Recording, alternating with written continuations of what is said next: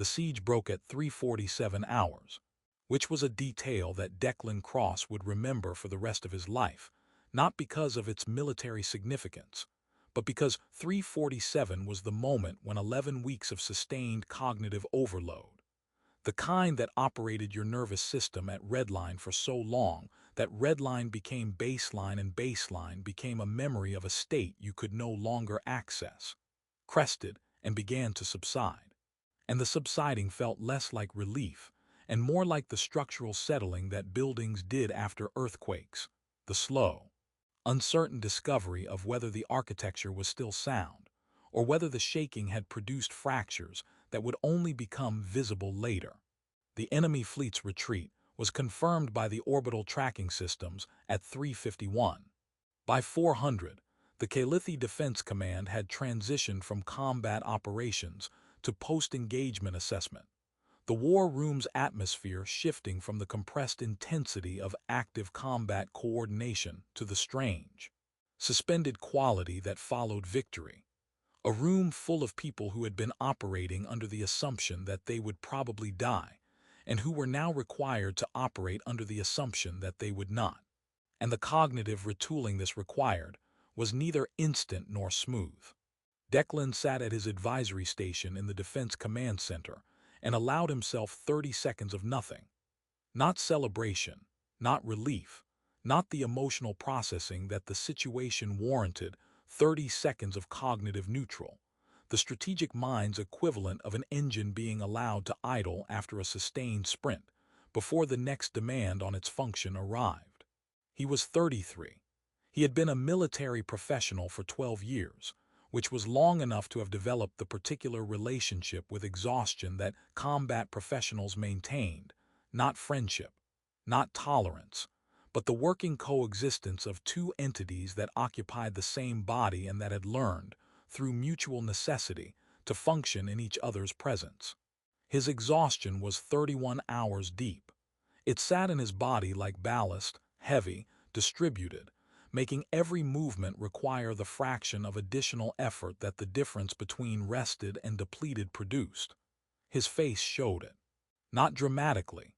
Declan's features did not lend themselves to dramatic displays of anything, possessing the composed, even architecture that the military selected for advisory roles, because advisory faces needed to project competence under pressure, and competence under pressure looked like his face. Steady, controlled, the kind of face that war rooms trusted because it did not change when the situation changed. His jaw was square, defined, carrying the set that 11 weeks of clenching during crisis had made semi-permanent. His eyes were blue, not the pale, striking blue that fiction associated with military men, but a darker shade, closer to slate, carrying the particular depth that sustained focus produced, and that was, at this moment, underlined by the shadows of 31 sleepless hours. His hair was dark brown, cut to military regulation, and it was the only part of his appearance that still conformed to standard because the rest of him, the tactical uniform creased by weeks of wear between insufficient laundering cycles, the posture that was upright through discipline rather than energy, the hands that rested on the advisory console with the careful placement of someone managing fine motor control through fatigue, communicated the truth that regulation grooming could not fully mask. This man had given the siege everything he had, and the siege had taken it. He was lean, built with the functional efficiency that military advisory roles produced, not the bulk of infantry or the honed athleticism of special operations, but the endurance-optimized frame of someone whose combat was cognitive, whose battles were fought in the space between information and decision, and whose body needed to sustain the mind's function through conditions that made sustained function increasingly difficult. He was 6 feet tall, which made him average among the human military delegation, and notably undersized among the Calithi warriors whose genetic enhancement produced frames that started at 6'2" and went up. A height differential that had been irrelevant during the siege, because strategic capability did not correlate with physical stature, and because the Calithi command had learned, by the third week, that the human advisor who had to look up to meet their eyes consistently saw further than any of them. The summons arrived at 4:23. The messenger was Imperial household staff, not military, not defense command, but the sovereign's personal administrative apparatus, distinguishable by the formal attire that the household maintained even during siege conditions. Because the empress's position required that certain standards be preserved regardless of circumstance, and because the household staff, who took their standards seriously, considered maintaining formal presentation during existential crisis to be a professional obligation rather than a vanity. The messenger delivered the summons with the ceremonial precision that the household trained its staff to maintain. The empress requested Major Cross's presence in the imperial chamber at his earliest convenience, with earliest convenience carrying the specific diplomatic weight that transformed a polite suggestion into an immediate requirement. Declan registered the summons through the fog of exhaustion that was settling over his cognition like weather. The imperial chamber, the empress, at 4:23, less than an hour after the siege broke. The timing suggested urgency. The venue suggested formality.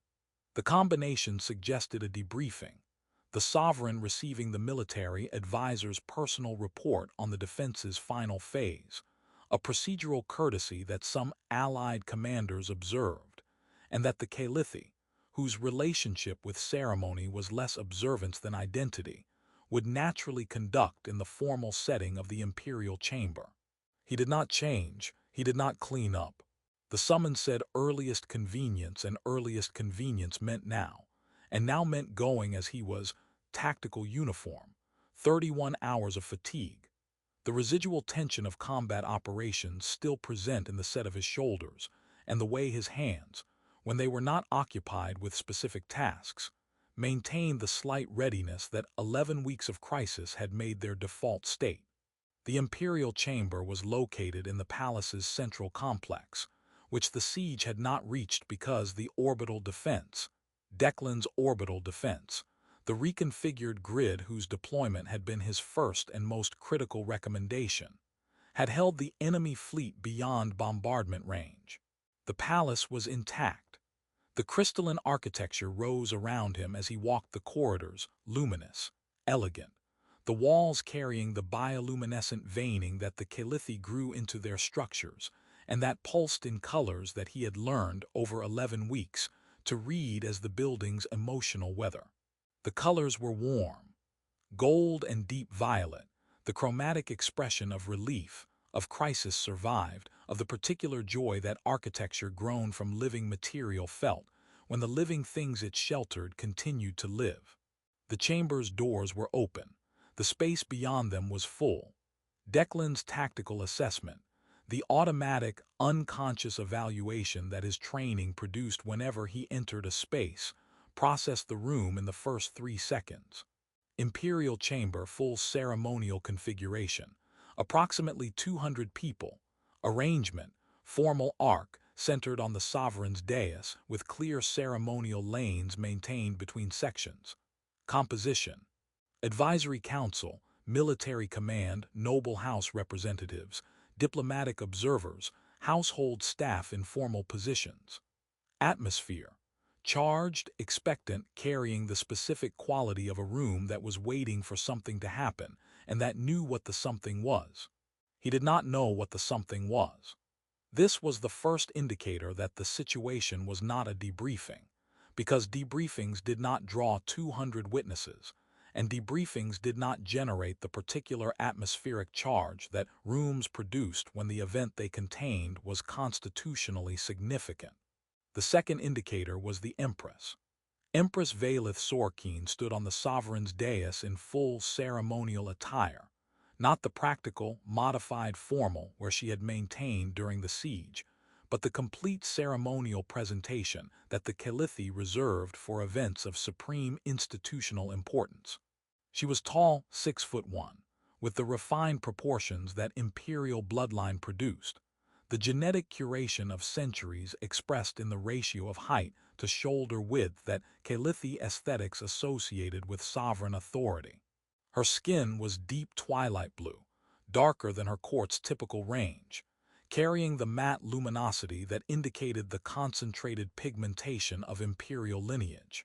Her features were precise: the high, sculpted cheekbones, the elegant taper of her jaw, the facial architecture that balanced severity with a warmth that existed in the geometry of her bone structure rather than the mobility of her expression.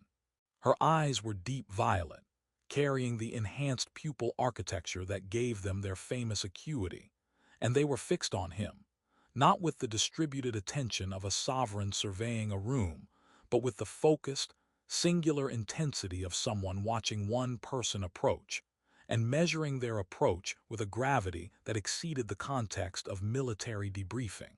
Her hair was dark copper, arranged in the full ceremonial configuration, elaborate architectural, woven with the bioluminescent threads that indicated supreme sovereign function. Along her temples, bioluminescent patterns shifted in deep gold, steady, deliberate, the chromatic signature of something she had decided rather than something she was experiencing, the color of intent rather than reaction. In her right hand, held against the dark fabric of her ceremonial robes, she held something small, metallic, glowing with a faint, warm luminescence that Declan could see from the chamber's entrance, and that his tactical assessment flagged without classification, because the object did not correspond to any threat or operational element in his professional vocabulary. "Major Cross," she said, and her voice carried the harmonic resonance that Calithi's speech produced at its most formal, the frequencies layered with the ceremonial depth that indicated the sovereign was speaking in her constitutional capacity rather than her personal one. "Approach." He approached. The formal lane between the assembled court was wide enough for one person, and the walking of it felt, with the atmospheric pressure the room was generating, less like crossing a chamber and more like traversing a distance that was longer than its physical measurement suggested, the distance between what he understood and what was about to happen, which was a distance he could feel widening with each step, because the room's expectation was increasing in proportion to his approach, and the increase communicated that whatever was coming was calibrated to his arrival. He stopped at the base of the dais, standard advisory position 3 meters from the sovereign, close enough for conversation, far enough for formal protocol. The distance felt wrong. The room's arrangement, the empress's ceremonial attire, the object in her hand, the 200 witnesses. The distance felt like it belonged to a different kind of event than the one the distance was designed for. Valeth descended. Not a step, not the partial descent that protocol permitted for certain exchanges.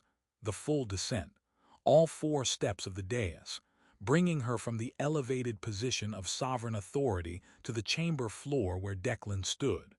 The court's response to this was audible, a collective intake of breath from 200 people who understood the symbolic vocabulary of sovereign movement, and who recognized that the empress leaving the dais entirely placed her on equal footing with the person she was approaching, which was a gesture the sovereign's constitutional position made extraordinary.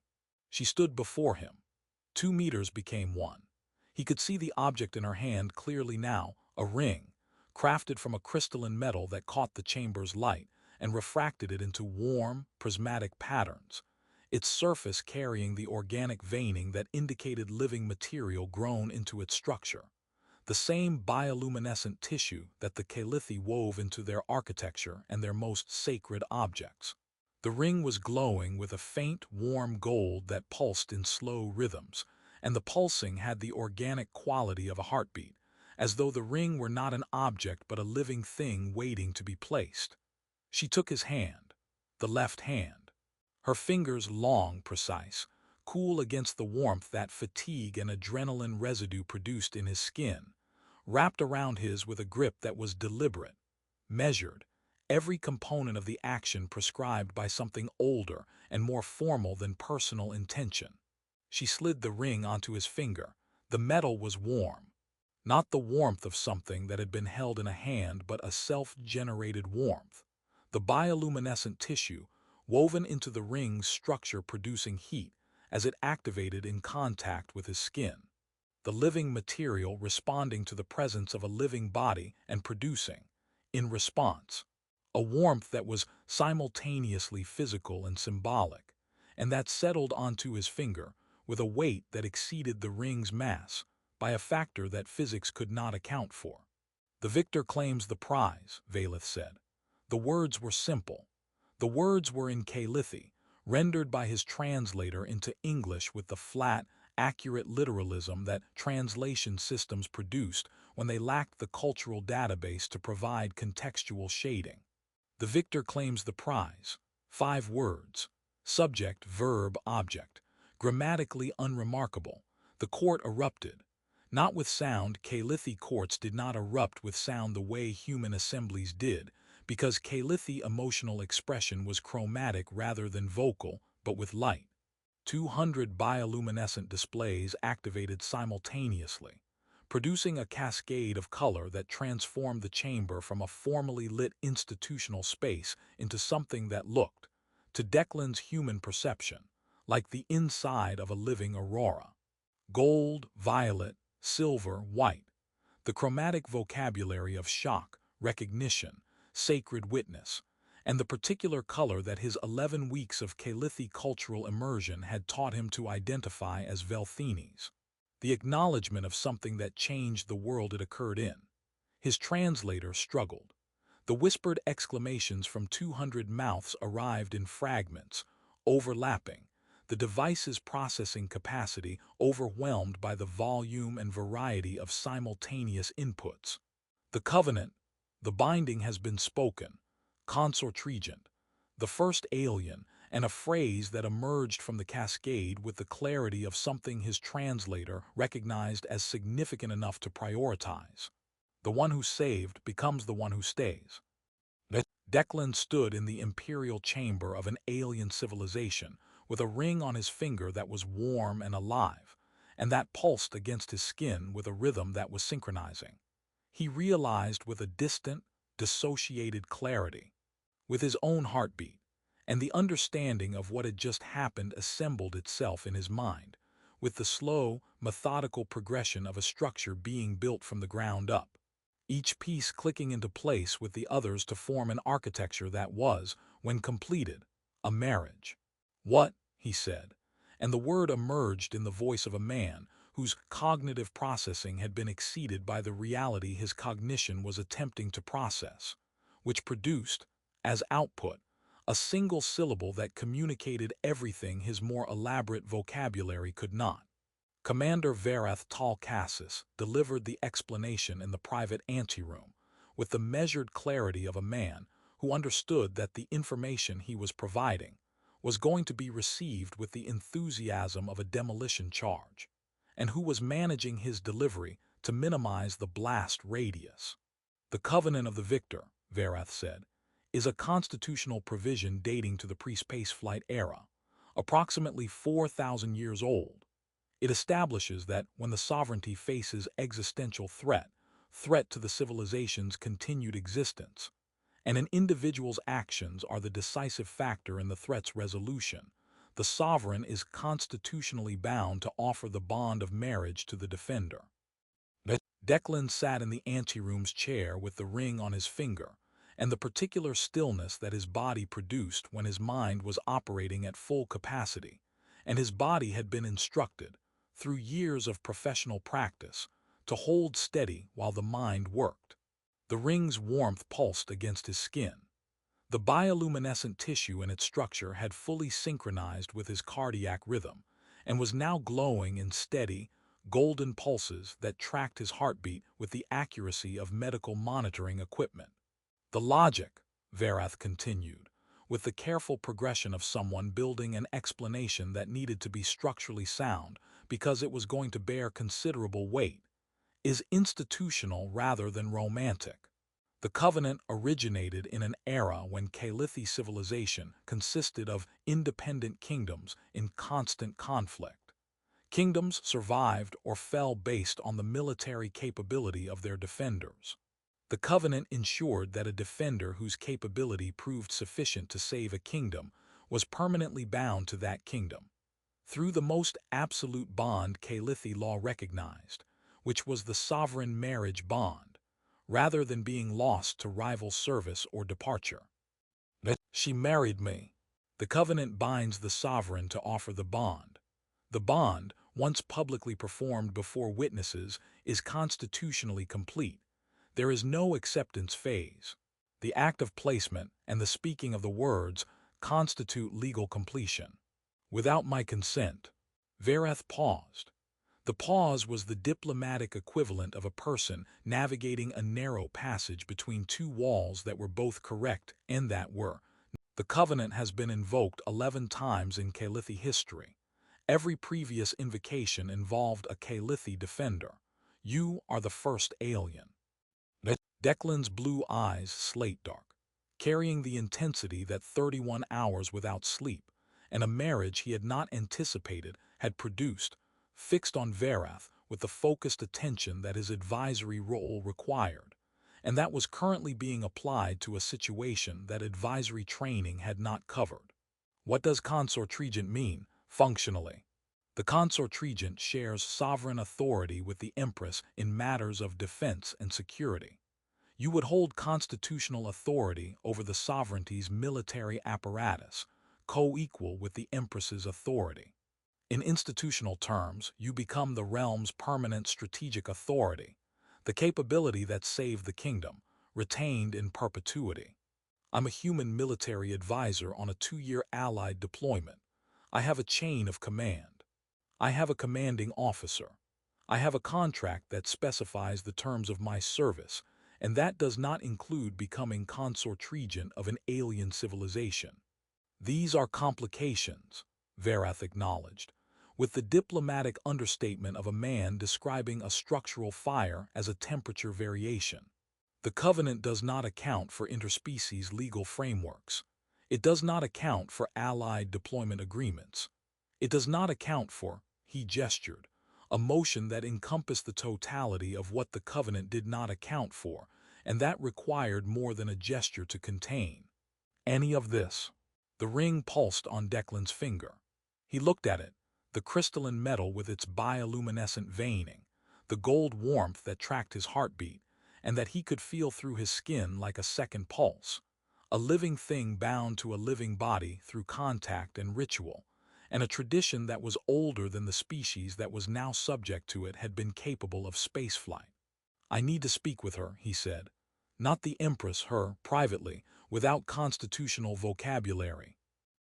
The private meeting was arranged immediately, because the empress's authority over the palace's scheduling was absolute, and because the empress, who had spent the past hour conducting post-ceremony protocols with the composure that her position required, while the man she had just married was being briefed on the legal architecture of their bond, wanted the meeting as much as he did. The room was her private study, not the imperial chamber, not the ceremonial spaces where their bond had been formed and witnessed, but the personal space where the sovereign retreated from the sovereignty, smaller, quieter, furnished with the objects and arrangements that reflected personal preference rather than institutional requirement. Bookshelves, a desk, cluttered with the particular kind of organized disorder that indicated a mind that worked on multiple problems simultaneously. Lighting that was warm rather than formal.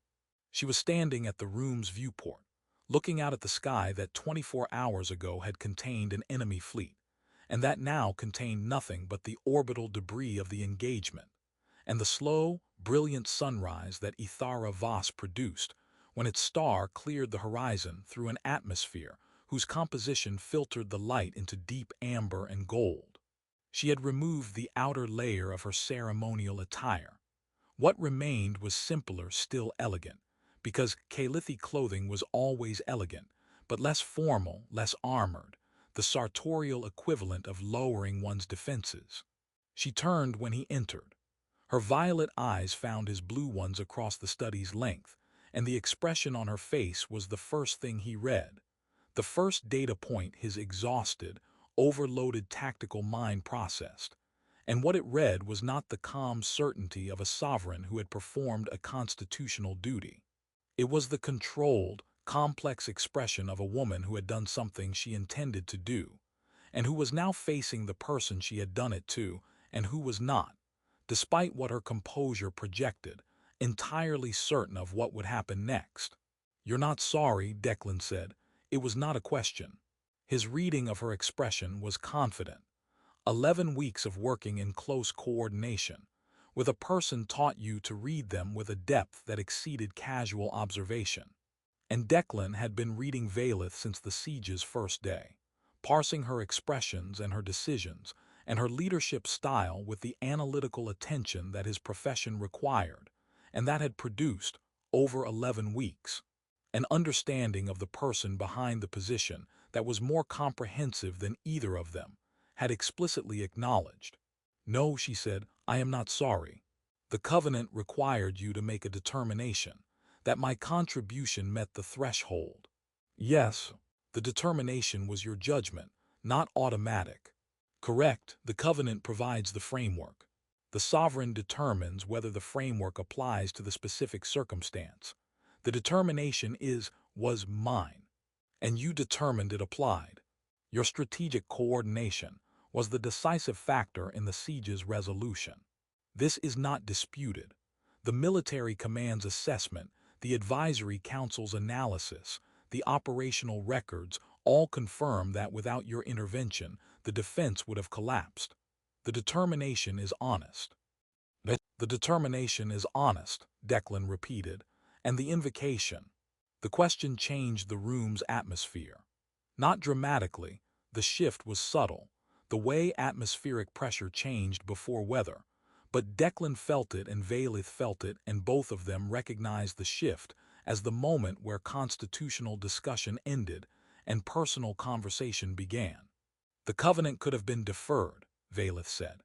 Her voice had shifted register, not the harmonic formality of the imperial chamber, but something quieter, more personal, carrying the undertones that Calithi voices produced when the words being spoken originated from the individual rather than the institution. "Council review, extended assessment. The covenant permits evaluation periods before invocation. I chose not to defer." "Why?" She held his gaze. The bioluminescent patterns along her temples shifted, the deep gold of the ceremony giving way to something warmer and less controlled. Threads of violet and copper moving through the gold, with the organic rhythm of colors that were being felt rather than managed. "Because the covenant provided a mechanism for an outcome I wanted," she said, and the honesty of the statement was audible in the harmonic structure of her voice, which carried the specific frequency that Calithi vocal architecture produced when the speaker was being deliberately, completely truthful, a physiological marker that could not be artificially produced, and that Declan had learned to recognize over 11 weeks of hearing. It deployed in military contexts, and that was now being deployed in a context that was not military at all. "I watched you for 11 weeks, she continued. "I watched you treat my people's survival as a personal obligation rather than a professional assignment.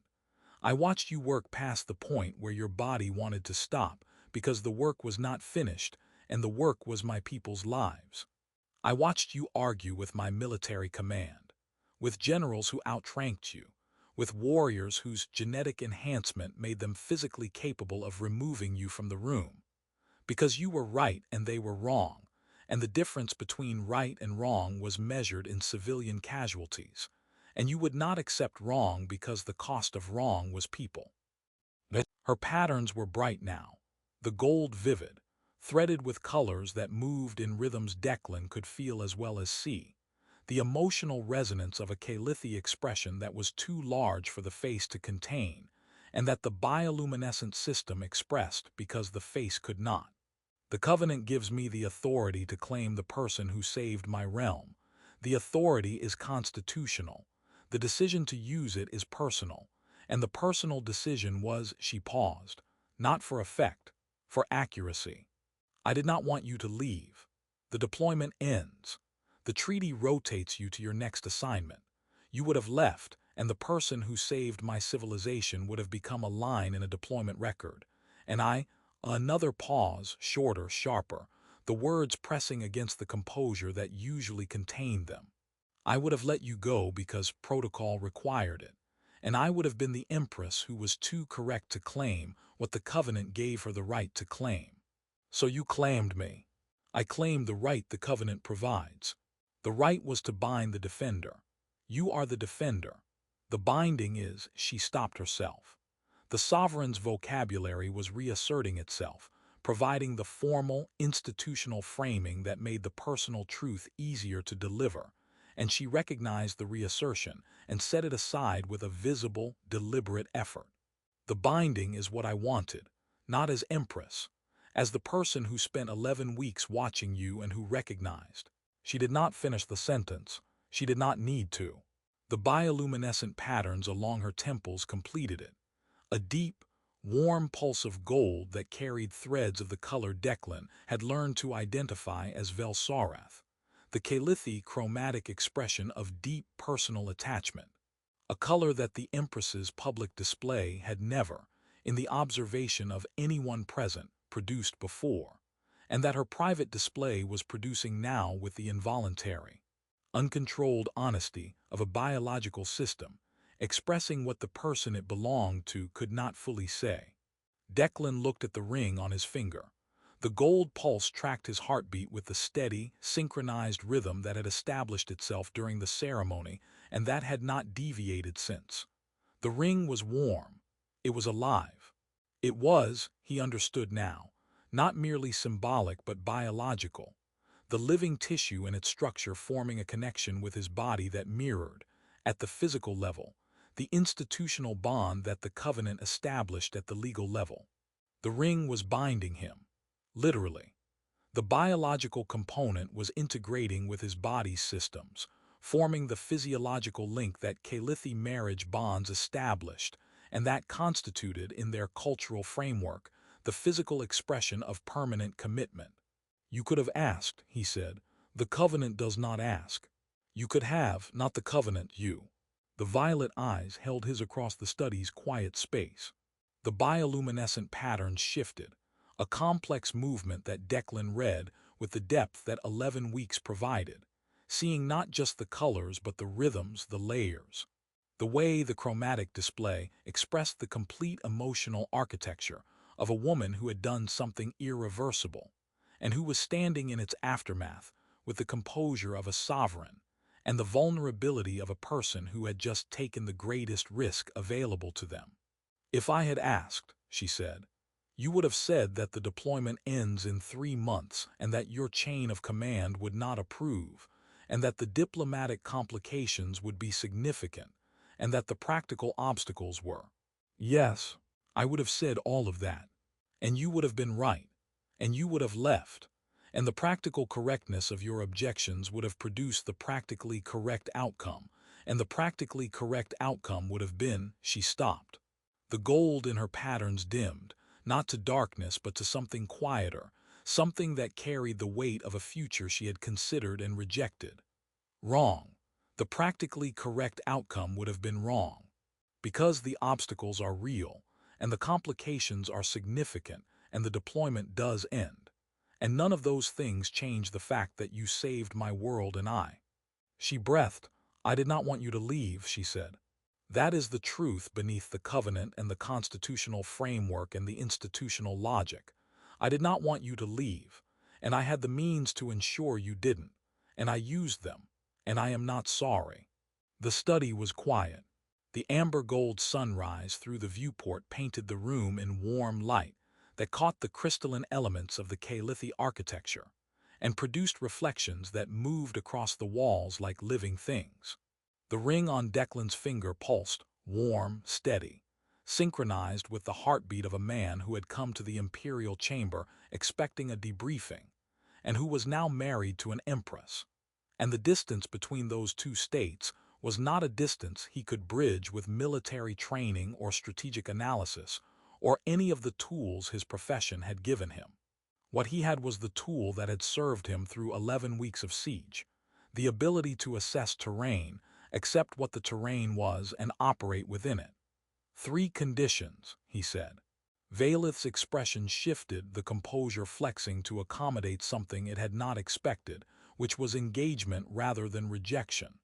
First, Declan said, I am not Kalithi. I am not going to become Kalithi.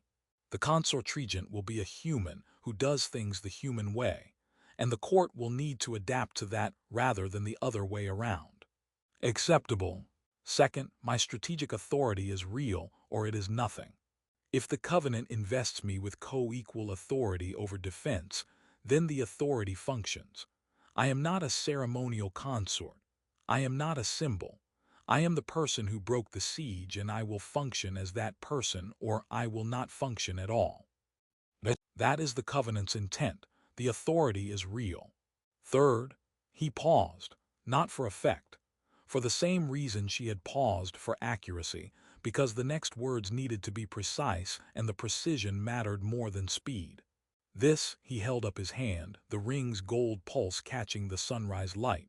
This is not a contract. I've spent 12 years operating under contracts. Terms, durations, obligations with defined endpoints. This is not that. If this is permanent, if the bond is what you say it is and does what you say it does, then it is not an institutional arrangement with a person. It is a relationship, and relationships require something the Covenant doesn't provide. What? The part where you ask and I answer. Not once, continuously. The Covenant bound us. What we do inside the binding is ours, and what I need inside this binding is the knowledge that my presence is chosen, not claimed. Every day. Not by Covenant, by you. Valeth's bioluminescent patterns responded before her voice did. A deep, luminous surge of gold that suffused her temples and the bridge of her nose and the line of her jaw, carrying the warmth of Velsarath, the deep personal attachment, with an intensity that transformed the sovereign's controlled display into something raw and honest and bright enough to cast visible light into the space between them. Yes, she said, every day chosen. The ring pulsed on his finger. His heartbeat steadied, not slowing but settling, the cardiac rhythm of a man whose body was accepting a new baseline, the way it had accepted the siege's baseline 11 weeks ago, the way it accepted every new terrain that his life presented. Completely, because partial acceptance was not a survival strategy and survival was what he knew. Then we figure this out, he said. Together. Together. He looked at the sunrise through the viewport, at the sky he had defended, at the world that was now, by a Covenant older than his species' capacity for spaceflight, partly his. Starting with explaining to my commanding officer why his military advisor is now consort-regent of an alien empire. The faintest shift moved through Valeth's expression. Not quite a smile. Kalithi faces did not produce smiles in the human configuration, but a softening at the edges of her violet eyes and the corners of her mouth that communicated the same territory, the Empress's controlled composure giving way for a moment to the simple, human equivalent response of a woman who had just heard something that was, despite everything, funny. I will draft the diplomatic communication, she said. I have some experience with institutional correspondence. You just married a foreign military officer through a 4,000-year-old covenant, without his knowledge or consent. Your institutional correspondence is going to need to be exceptional. It will be. The softening in her expression deepened. I am told the victor's strategic capabilities extend to all domains. Declan looked at her, at the Empress who had claimed him, at the woman who had wanted to, at the violet eyes that held his with the intensity that 11 weeks of proximity had built, and that the ring on his finger had formalized into something that neither proximity nor formality could fully describe. He was exhausted. He was married. He was consort-regent of an alien civilization, and the woman who had made him all 3 of those things was standing in sunrise light with bioluminescent patterns that pulsed in gold,